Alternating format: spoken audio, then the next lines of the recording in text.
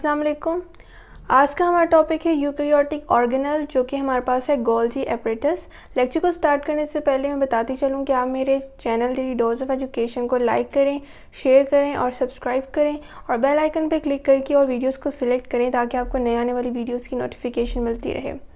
तो कल हमने यूकैरियोटिक ऑर्गेनेल डिस्कस किया था, एंडोप्लाज्मिक रेटिकुलम।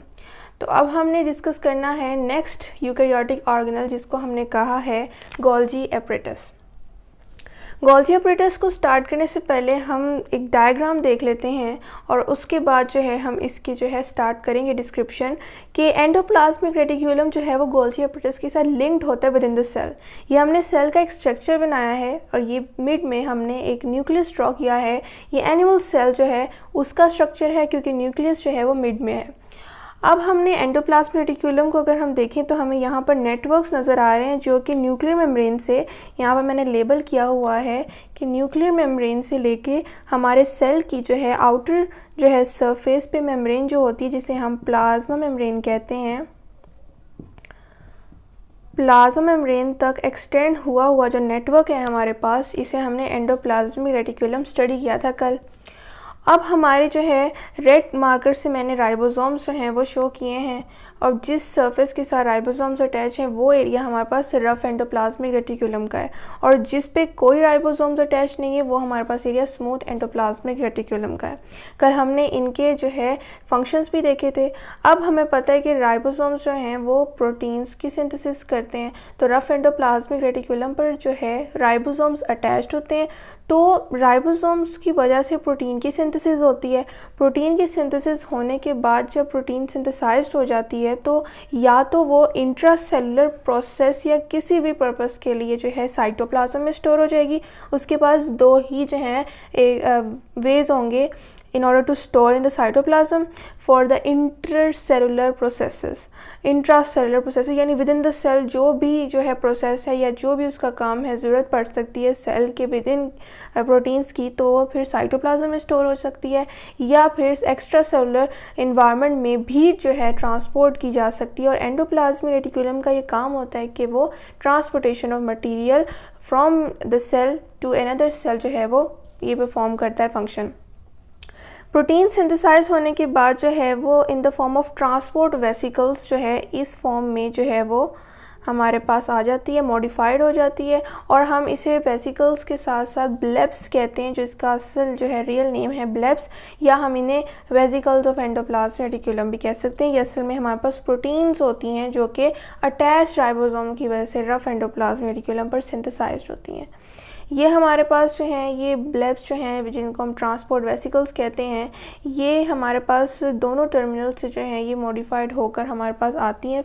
तो ये आपस में फ्यूज़ हो जाती हैं फ्रॉम द बोथ एंड्स, ये मूव करती हैं, ट्रांसपोर्ट होती हैं और यहाँ पर आके ये फ्यूज़ हो जाती हैं आपस में। फ्यूज़ होने के बाद ये जो है एक स्ट्रक्चर बनाती है जो कि कुछ इस शेप का है, और ये हमारे पास इसी तरह जब यहाँ पर प्रोटीन सिंथेसाइज होती जाएंगी उसी तरह यहाँ से ट्रांसपोर्ट होकर वहाँ पर फ्यूज़ होके इस तरह का स्ट्रक्चर बनाती जाएंगी। अब हम ये हमारे पास एंडोप्लाज्मिक रेटिकुलम था जिसकी हमने जो है वो रिपीट कर लिया, जो हमारे पास प्रीवियस लेक्चर में हमने कुछ बातें डिस्कस की थी। अब हम गोल्जी एपरेटस पे आते हैं। तो यहाँ पर कुछ हमने पॉइंट्स लिखे हैं, पहले उसको समझते हैं, फिर हम डायग्रामेटिकली फिर इसको डिस्कस करेंगे मज़ीद कि गोल्जी एपरेटस जो है हमारे पास, गोल्जी ने एक साइंटिस्ट था, उसने डिस्क्राइब किया था इसको 1898 में। ये हमारे पास जो ऑर्गेनल है ये सिर्फ यूकैरियोटिक सेल में प्रेजेंट होता है, ये प्रोकैरियोटिक सेल में प्रेजेंट नहीं होता। आमतौर पर यूकैरियोटिक सेल में हमेशा मेम्ब्रेन बाउंडेड ऑर्गेनल्स ही प्रेजेंट होते हैं, और जो मेम्ब्रेन बाउंडेड ऑर्गेनल्स नहीं होते वो प्रोकैरियोटिक सेल्स में प्रेजेंट होते हैं। अगर हम विजिबिलिटी की बात करें कि हमारे पास ये किस तरह की अपीयरेंस रखता है, किस तरह से ये विजिबल होता है, तो as a stacks of flattened membrane bound sacs means हमारे पास ये थैले नुमा स्ट्रक्चर में प्रेजेंट होता है, बिल्कुल फ्लैट मेम्ब्रेन बाउंड सैक्स होती हैं। स्टैक्स मीन्स हमारे पास कुछ जो सैक्स हैं, जो फ्लैट सैक्स हैं, जो मेम्ब्रेन बाउंडेड भी हैं, और मेम्ब्रेन बाउंडेड किसके हैं, सिस्टर्नी के हैं। सिस्टर्नी एक जो है मेम्ब्रेन है जिसके थ्रू वो कवर हुए हैं, वो हमारे पास सैक्स जो थैले नुमा स्ट्रक्चर्स हैं, तो वो स्टैक्स हुए हैं यानी एक दूसरे के ऊपर पाइल्ड अप हुए हैं। तो इस चीज़ को भी हम डायग्रामेटिकली भी देखते हैं। उसके बाद सिस्टर्नी वाला जो पॉइंट है, ये अभी सिर्फ इतना याद रखें कि सिस्टर्नी हमारे पास मेम्ब्रेन है जिसने फ्लैटेंड सैक स्ट्रक्चर को कवर किया हुआ है, बाउंड किया हुआ है। इस पॉइंट को हम अभी स्टडी करते हैं। अभी हम दोबारा डायग्राम पे आते हैं। अब हमारे पास बात यहाँ पर थी कि प्रोटीन जो सिंथेसाइज हुई है रफ एंडोप्लाज्मिक रेटिकुलम पर अटैच्ड राइबोसोम की वजह से, वो यहाँ से ट्रांसपोर्ट होती है। इसी वजह से इसको ट्रांसपोर्ट वेसिकल्स या वेसिकल्स ऑफ एंडोप्लाज्मिक रेटिकुलम भी कहा जाता है। अब ये हमारे पास जो प्रोटीन्स हैं ये आपस में फ्यूज़ हो जाती हैं। टर्मिनल एंड से ये मूव करती हुई जाके हमारे पास फ्यूज़ हो जाती हैं। फ्यूज़ होके कुछ इस तरह का स्ट्रक्चर ड्रॉ करती हैं। अब ये स्ट्रक्चर जो है ये भी कंटिन्यू रहेगा जैसे जैसे हमारे पास राइबोसोम्स के थ्रू प्रोटीन्स भी सिंथेसाइज होती जाएंगी। और यहाँ पर 1, 2 एंड 3 एंड सो ऑन जो है ये इस तरह के फ्लैट मेम्ब्रेन बाउंड सैक्स बनते जाएंगे। ये वही सैक्स है जिनका हमने यहाँ पर विजिबिलिटी में बात की है। ये फ्लैटेंड मेम्ब्रेन बाउंडेड सैक्स हैं। यहाँ पर ये इनका फॉर्मिंग फेज़ है, यहाँ पर बनना शुरू हुए हैं और इसे हम आउटर कन्वेक्स सरफेस भी कहते हैं। आउटर कन्वेक्स सरफेस इसलिए कहते हैं क्योंकि ये हमारे पास यहाँ पर प्रोटीन्स आकर जो हैं वो अटैच होती हैं, फ्यूज़ होती हैं और उसके बाद आगे का काम स्टार्ट होता है और यहाँ पर सिस्टर्नी जो है, मेम्ब्रेन जो है वो बनना शुरू होती है। उसके बाद अगर हम यहाँ पर बात करें तो मैच्योरेशन फेज़ पर, तो वो इनर कनकेव सरफेस है। ये आउटर से इनर की तरफ हम मूव कर रहे हैं तो वहाँ पर सिस्टर्नी ब्रेक होना शुरू हो जाती है और कुछ इस तरह के वेसिकल्स में जो है वो मॉडिफाई हो जाती है।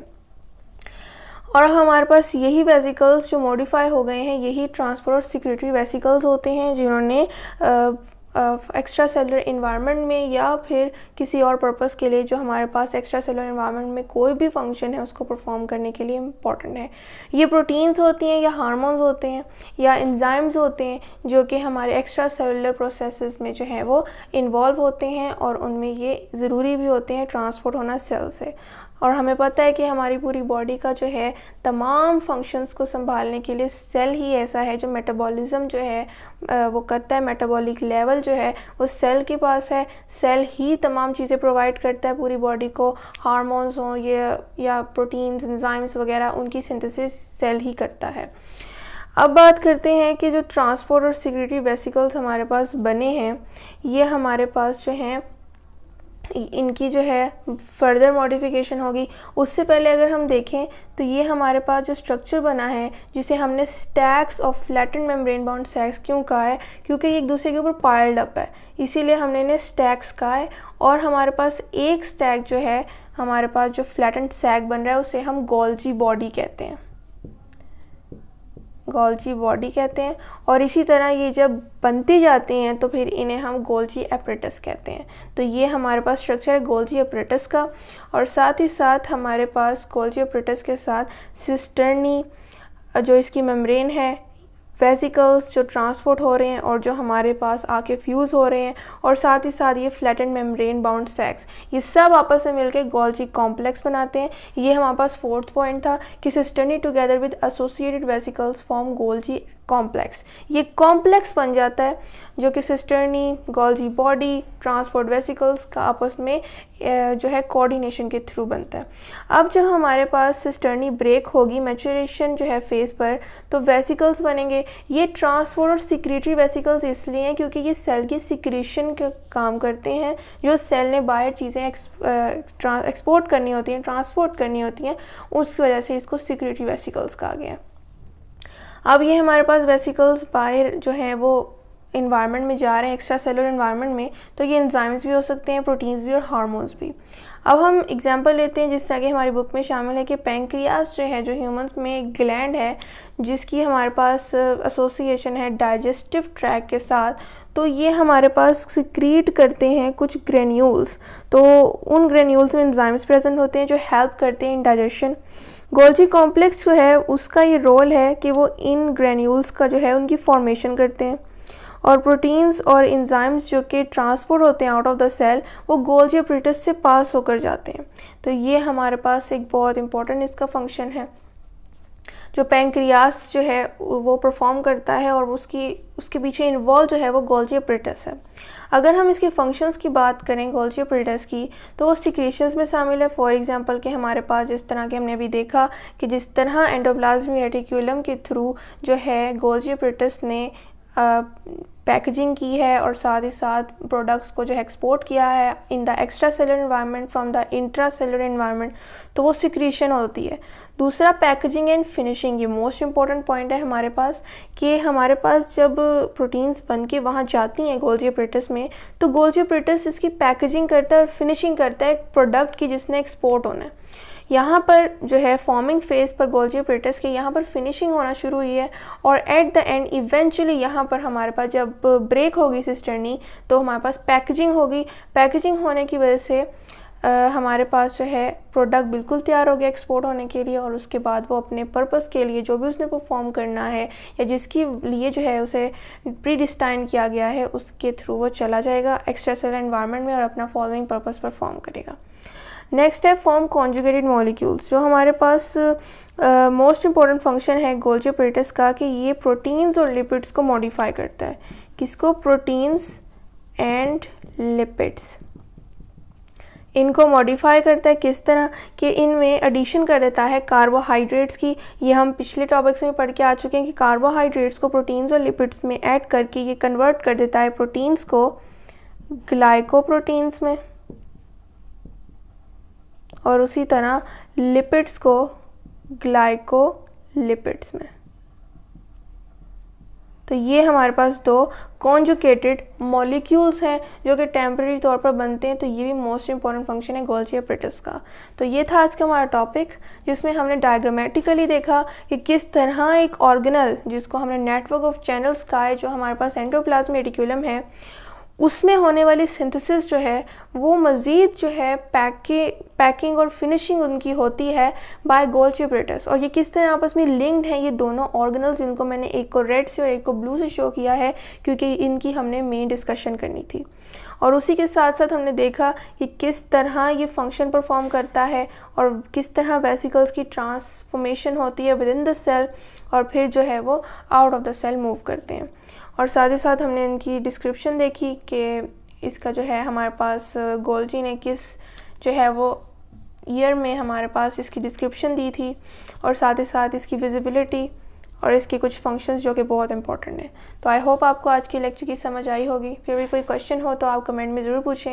मैं फिर बताती चलूँ कि आप मेरे channel daily dose of education को लाइक करें, शेयर करें और सब्सक्राइब करें, और बेल आइकन पर क्लिक करके ऑल वीडियोज़ को सिलेक्ट करें ताकि आपको नए आने वाली वीडियोज़ की नोटिफिकेशन मिलती रहे। शुक्रिया, अल्लाह हाफ़िज़।